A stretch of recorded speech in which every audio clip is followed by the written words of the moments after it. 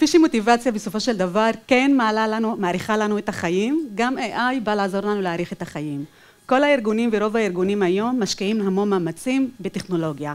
הם מכניסים מערכות מאוד חכמות של AI בתקווה לשפר ולהתייעל. אני לא בטוחה שזה בדיוק המצב שקיים, תכף נראה. הנושא של ה-AI הפך להיות למעשה היום בכותרות, זה הפך להיות גם באופנה, כולנו רוצים וכולנו רוצים להתחדש. רק למעשה ש10% מכל האנשים ומכל החברות שכן מכניסות AI יודעות להתייעל ויודעות להפיק מזה מקסימום. ואם אנחנו רוצים להיות למעשה במקום הזה, זה דורש מאיתנו כמה דברים שמאוד חשובים ומאוד קריטיים. זה אומץ, חדשנות, גמישות, שכולם ערכי ליבה למעשה של העידן החדש. כולם ערכים שעוזרים לנו איכשהו לשפר ולהשתפר. וכל מה שמאחד למעשה ביניהם זה בדיוק הנושא של היצירתיות.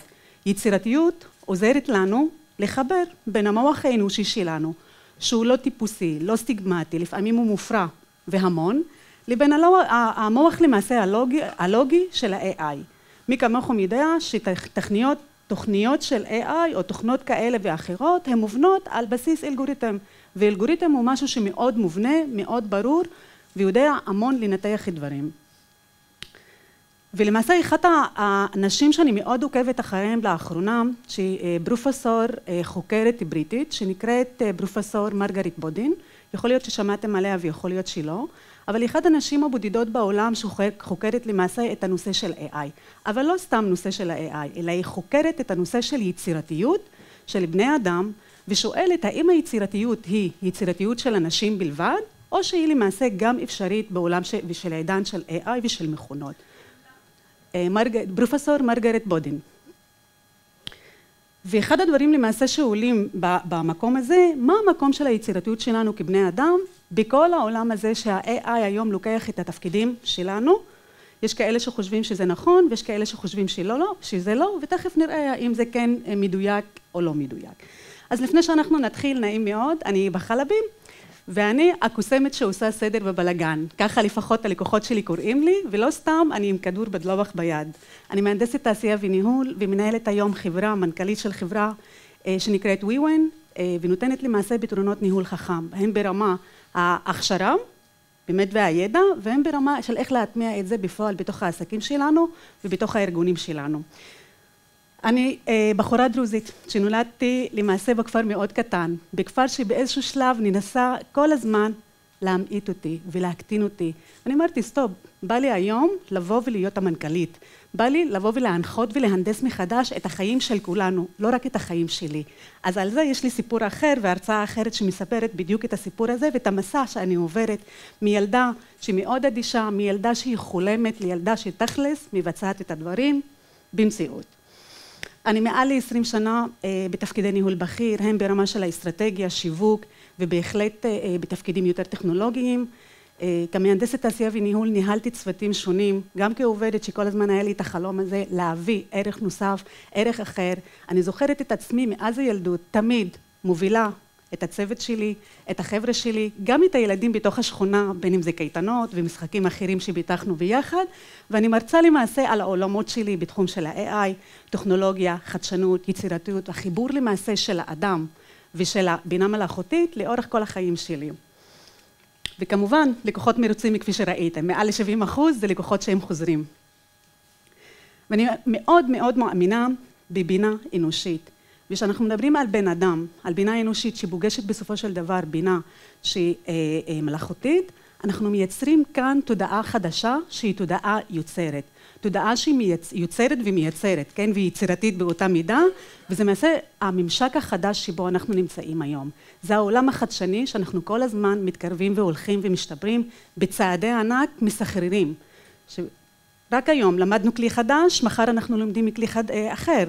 ברגע ש-ChatGPT יצא לעולם לפני כמה זמן, 2 הגיע לארץ, הוא יצא לפני כ4 שנים, כמה גרסאות חדשות יש.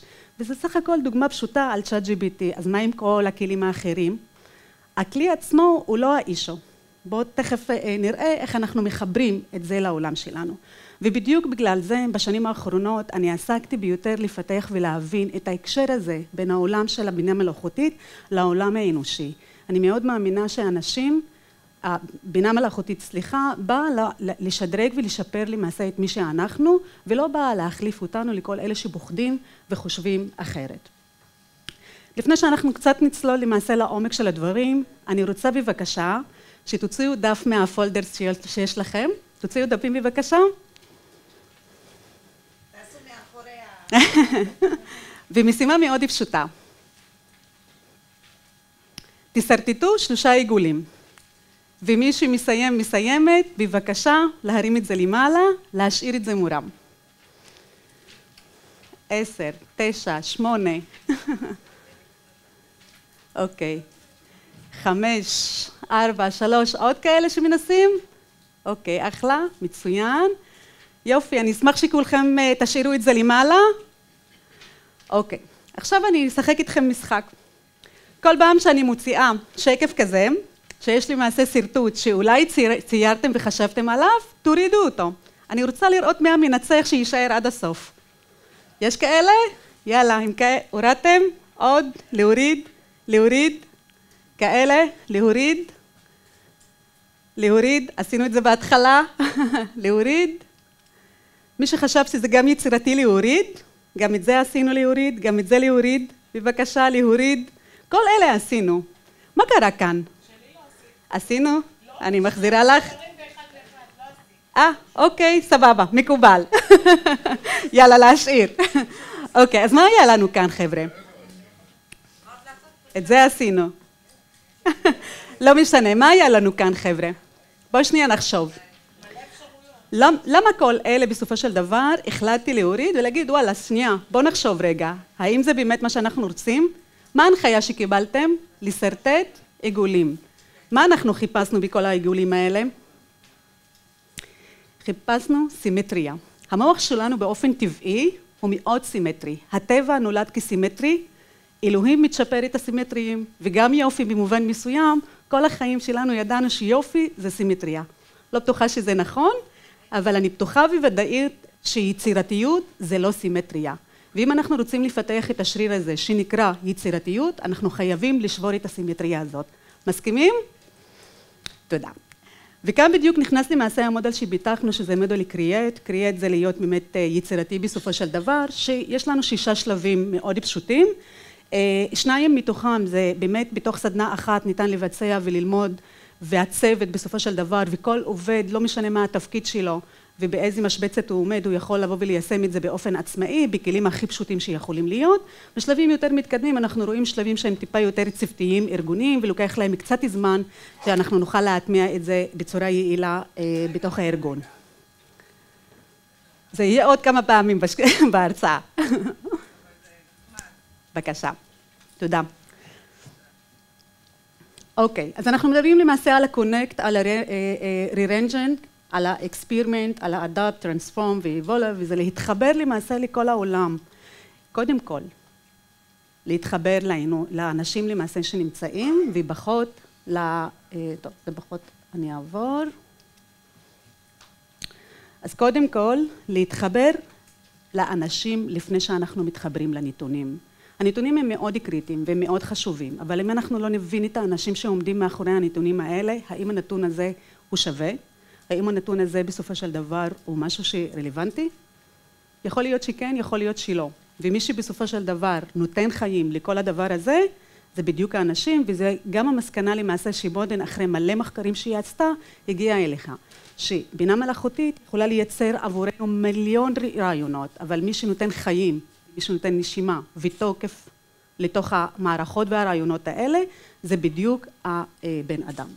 ועל מנת שנוכל להבין קצת יותר את המודל הזה, איך הוא עובד לעומק, אני רוצה לתאר סוג של מקרה שלאחרונה היה לנו למעשה, והמקרה מתאר 3 צוותים, שהמשימה שלהם הייתה מאוד פשוטה.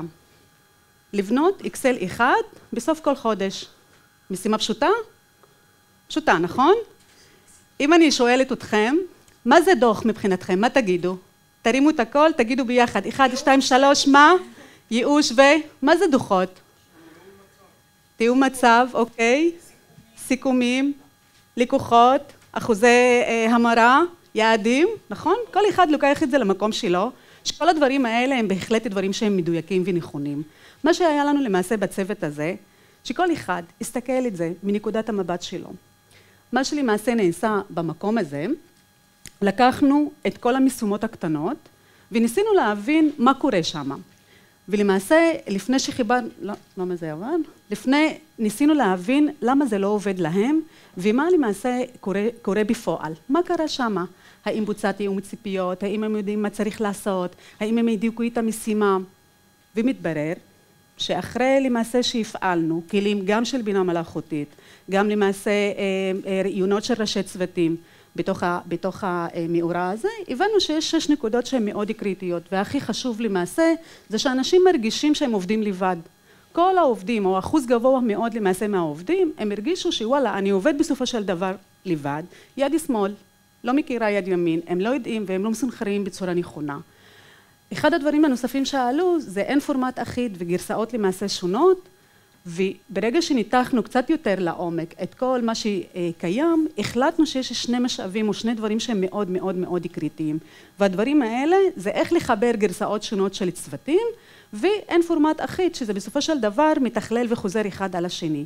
כמובן שיש תהליך כאן של למידה עוד לפני שאנחנו מגיעים לחלק שתכף אני אדבר עליו. היום בחרנו כן לבוא ולדון בדברים שהם קצת יותר תהליכיים. יחד עם זאת הצוות עצמו למד בסדנה אחרת שנקראת למעשה AI זה לא מדע בדיוני, איך לכתוב פרומפטים שהם נכונים ומדויקים לתפקיד שלהם.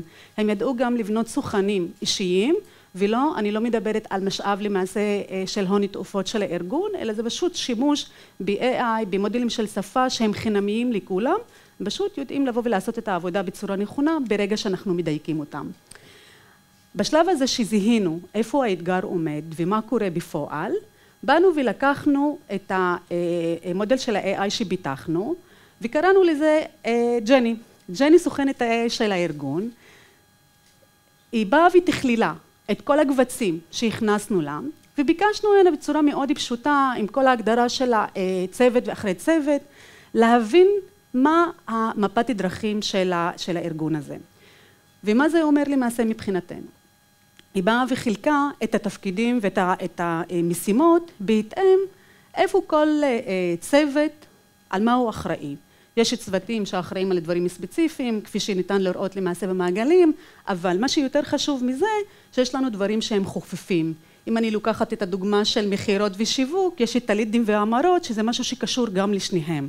למה לשניהם? לא ניכנס לזה היום, אבל בהחלט משהו שקשור לשניהם. ברגע שאנחנו מבינים איפה החתכים נופלים, מה אני אחראי ב100%, מה הצוות השני אחראי ב100%, ומה אני ואותו צוות אני אמור לייצר ביחד, כאן בדיוק ניצר החיבור שאנחנו מדברים עליו. עוד לפני אפילו החיבור הזה, זה החיבור שלי בתור עובד, לתוך התפקיד שלי, לתוך מי שאני, לתוך המהות של העיסוק שלי, לצוות שלי. ב-level השני זה החיבור למעשה לחברה ולצוות. וככה למעשה נוצר לנו 2 מודלים כאלה. הרשימה מצד ימין אנחנו רואים זה רשימה מאוד ארוכה, זה יש עוד מעבר לזה. בסופו של דבר ייצרנו למעשה משהו שהוא מאוד מצומצם ומאוד מדויק. וכמובן התוצאה, כל העובדים שמחים, מבסוטים וכו'. להמשך של התהליך כמובן זה משהו שאנחנו עושים בתהליכים של עומק קצת יותר ובסדנאות. בסופו של דבר הבינה האנושית לא הולכת, היצירתיות האנושית לא הולכת להיעלם לנו, אבל היא כן הולכת לשנות איזושהי צורה מסוימת. ואם אתם רוצים לחזות ולהיות ב10%, כמובן תזמינו אותי להרצות אצלכם, לעשות סדנאות ואולי תהליכי עומק בסופו של דבר. והכי חשוב למעשה מכל הדברים האלה שתיתנו לעובדים שלכם להשתדרג בצורה יעילה דרך המערכות של הבינה מלאכותית שקיימת היום, כי זה מה שיאפשר להם לצמוח ולהתייעל ולהיות הרבה יותר טובים גם לעצמם, גם לארגון שבו הם עובדים. אז בהרצאות למעשה שלי אני כן מתייחסת לכל הנושא של ה-AI. המטרה שלי בסופו של דבר להביא עולם שהוא טיפה אולי לא ברור וקצת וחלק מהאנשים מפחדים ממנו, לפשט אותו עד כמה שניתן, להראות שזה משהו שניתן לתרגל אותו בצורה מאוד מאוד פשוטה. כמובן אני אשמח לשוחח איתכם ברמה אישית על זה. כאן זה כרטיס הביקור שלי, איפה שיש את ה-QR, אתם מוזמנים להוריד, יש שם גם את כל הנכסים הדיגיטליים שלי, מוזמנים לעקוב, ותודה רבה על ההקשבה.